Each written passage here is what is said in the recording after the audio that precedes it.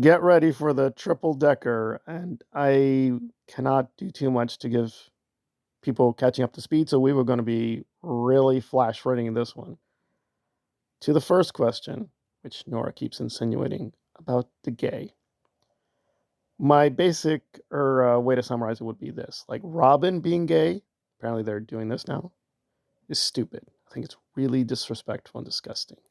The comic book canon does not support that. Now, being consistent in other places like Sandman or X-Men, if Bobby, for instance, is gay, I still find it questionable, but the X-Men canon is more flexible. So the gay is fine where it's appropriate to the context.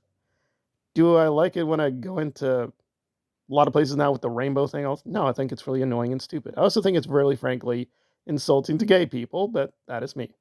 So the gay is fine where it's appropriate, but where is it appropriate? Is debatable. So that's me and the gay. But now let me drop the major T. Nora did a commentary, if you can call it, on Render's videos. It was pretty terrible. I don't expect much from Nora. I will give her a big point. She did let me into the chat and let me type. And she resurrected this Dianutrix, frankly, nutty case accusation that I grifted from some comic book artist who died. They don't specify who this is, what is the video, what is the context. Just kept accusing me of this, and I'm like, no idea what you're talking about. I've been in fights with numerous people. Like, if you guys think like the whole Aaron, that ain't none. I've had disputes backs and forths, and also some resolutions with Mauler, EFAP, Southpaw, Sheev Talk. It's just a lot of people. So it's kind of like there's that joke in Last Action Hero with where they said, "Oh, they said you killed Mozart," and the villain is like, "Who? I've killed a lot of people. You gotta narrow it down." So I've had fights with many people. You gotta narrow it down a little bit. Otherwise, it's like I can't answer the question. But now let me get to the beef where Nora is insinuating you're here to terrorize my women's. Okay. We're gonna do that. Okay, well let's spill the tea and let's just do it now. And I've already covered this. And I thought it was nice. And I will apologize to Virginia because I don't like just invoking her. She is a public figure. She was in the Dana chat quite a lot. She's not a dainty flower, but I've tried to keep it analytic. If I bring her up, it's as a part of the analytic history of the anti-Scientology movement. But let us get to it. What happened? Well, years ago, and I don't know the most latest stance, but essentially the McLaurys for a long time have been very skeptical and critical of Render, and several years ago they asked for help, thinking they were still targets of fair gaming. Now maybe they're being overly paranoid. They do a lot of spy stuff, which is very good, a lot of exposés on the dark side of the CIA and the Vatican and so on and so forth. But maybe they were right. So they asked Nora for help, saying, could you help us out with the fair gaming? And of course, Nora being Nora, and to be fair, Nora's family was far worse. Nora basically played around and insulted them. This isn't disputable. The McLaurys documented the whole thing, tracked it down, have the whole thing, screenshots. I've already done this. And Nora has been running from this for a long, long time. Now, maybe her and Virginia reconciled. And again, I don't want to invoke her. I feel like I'm being forced into a bizarre place. But my verdict, I guess, would be that Virginia was like, well, I'm not overly confident that Nora's going to be exposing much. So I don't want to speak for her, but apparently she doesn't take Nora too seriously, and neither do I. So in terms of terrorizing the women, this is Nora, who for over a decade either turned a blind eye or enabled Aaron to terrorize how many women? 4? 5? She literally insulted one of the victims, saying, yeah, your email is really incoherent. I mean, what do you want me to do? I'm not going to help you. So please, let's stop that right there. But I will double back to this because I think that's really what she's implying. Oh, we know what you're here for. Okay, I'll be honest. Yeah, mainly the money. Okay, but it's like, oh yeah, the money, and what do you mean? Oh, okay. Well, let's get that other big thing out of the way. For those who don't know, Dana and Nora got into a big tiff, but from what I understand, Nora and Dana resolved it. So Dana was working with Zero Dark Tony, doing a lot of great research, and she was a big fan of Virginia and Mike McLaury. And I'm not going to lie, I kind of had a crush and still kind of have a crush on Dana. She's very beautiful. She's very sexy, very intelligent, very sharp researcher. Really mind-blowing research on how disturbing SPTV is. So her early research, very powerful, very spot on. But, well, two major things. She lied to me directly twice. She explicitly lied to me twice. So that was hard to get over. Also, I started noticing, and this is one of the things that happened between her and Virginia, her research was getting a little sloppy. Now, maybe Virginia overreacted. That could be the case. Or maybe Dana got too sensitive. And I was there on Twitter when this thing broke live, and I was just very confused because I like both of them. I admire both of them as very powerful women, very powerful voices. I learned a lot from both of them, but it's like, what was happening here? I put a tweet supporting Dana. She interpreted as, are you accusing me of being a Scientologist? And I'm like, no, Dana. No. She's gotten so paranoid. Unless you support her 100% on everything, she gets really angry, and she blocked me. And I'm like, oh, okay. Which was one of the lies, saying, you said you don't block. So, oh, that's not blocking, that's Twitter's. Really, Dana? I have videos supporting Dana. Those videos will stay up. One, they do earn money, but also because, listen, her basic case against Zero Dark Tony is correct. Zero Dark Tony owes her money. I agree. Zero Dark Tony has been very ugly in communicating with her. I agree there too. But she's going off the rails with just these crazy connected dot conspiracies.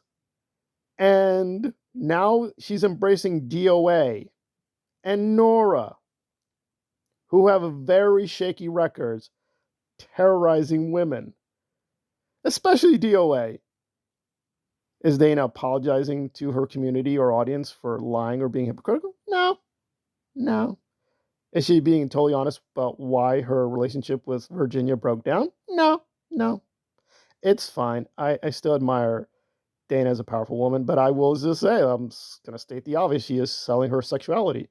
She is very good at manipulating people with her very good looks, her sexy glasses and sexy tattoos. And guys, we're going to discover the Manson process together and dig into the real history of the Clintons.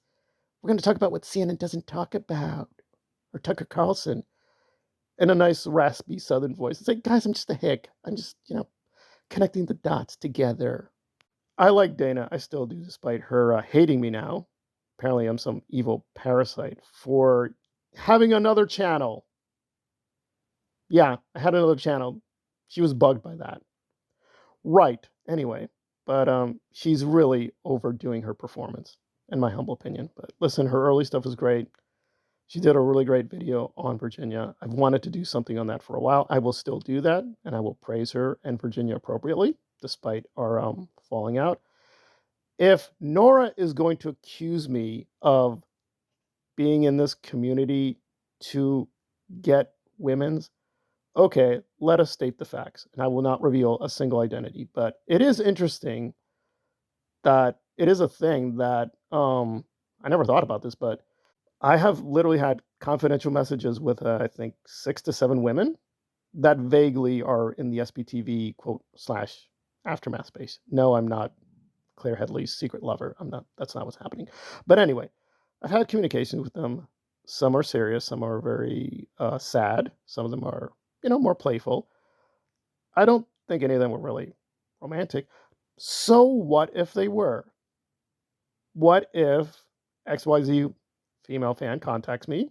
We get along. We start, doing things, and, it leads to whatever, the bedroom. And Nora, that is none of your business.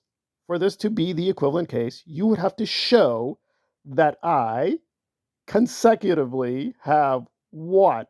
Cultivated and exploited 4 female fans while, being the director or / president of a fake foundation, as well as protecting literal criminals in my organization on a YouTube channel that is over 200,000 subscribers.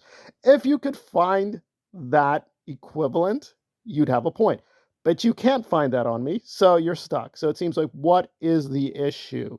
From Dianutruck, Nuttruck, whatever, it's that I may have disrespected a certain dead comic book author for money. Well, first, that can't be possible because the channel was monetized only recently. So that's just being stupid. Second of all, I have great respect for comic books and comic book artists and writers. I have tons of comic books. So, oh yeah, by the way, Diane Rudix admits she doesn't really know comics. So like, I, I have had so many conflicts, debates with various people, Star Wars Theory. They know me by name because they don't like me criticizing them. Could you specify what the thing is? And even if it was a thing, yeah, okay, well, what's the problem? It just seems Nora is really just profound sexist. If a male creator fact checks her, angries. Oh, by the way, she's okay with a female creator and their questionable relationships. With Reese and Scoville, a probable criminal, sexual terrorist. She doesn't have an opinion, saying, "Oh, I really don't know Scoville and Reese. I can't comment." Oh, I see. So with Scoville, I have no opinions, guys. I don't know enough. But with me, she's insinuating and alleging that I am what? Having relations with what? Some women who are my channel members? Even if that were the case, what is that to you? What are we doing here? So apparently, male creators need to go through the ministry of the gay and be approved by Nora. If not, well, guy, oh, there you go. He's exposed himself as the grifter, and that he is. No, Nora, what happened is with the McLaurys and other old guard critics, as well as new critics, you've been a fascist, gay, frankly, authoritarian monster. You've been caught numerous times being, frankly, what's the word? Extremely controlling and gatekeeping. And you did so recently with Aaron. You enjoyed every minute of it. You enjoyed hurting, insulting people. You enjoyed it. But then it flipped on you. Now you're rebranding yourself. Oh, I'm protecting the community and the children's and the women's. That's why I'm calling you out. You ain't calling anything out with me. Want to call out other people? That is fine. But please stop with all the what is the accusation? Really, women want to talk to me. And is that a crime? And if it leads to relations, okay, what? You want to jump into the bedroom? What exactly is your beef? Because it can't be substance, because frankly, your 4-hour critique of Rinder, yeah, 2 pages of the McLaury are way more informative. So if you want to know more about Rinder, go to the McLaurys. If you want to know about Nora, go to the McLaurys. And if Nora wants to push me to turn me into another Zero Dark Tony, hey, you know what? Zero Dark Tony has almost 10,000 subscribers. So if that's how she wants to play the game, fine. But then she was responsible because I tried to be nice. I've asked very courteous, yeah, sometimes they were snarky, but very direct questions. And, she's lied and been very evasive. So, this is on her now. Just state the accusation because I've answered the questions. So what is the issue, Nora? Because it definitely is not the evil of Rinder. It seems more the hypocrisy of a very egomaniacal, lesbian, very underwhelming comedian, frankly.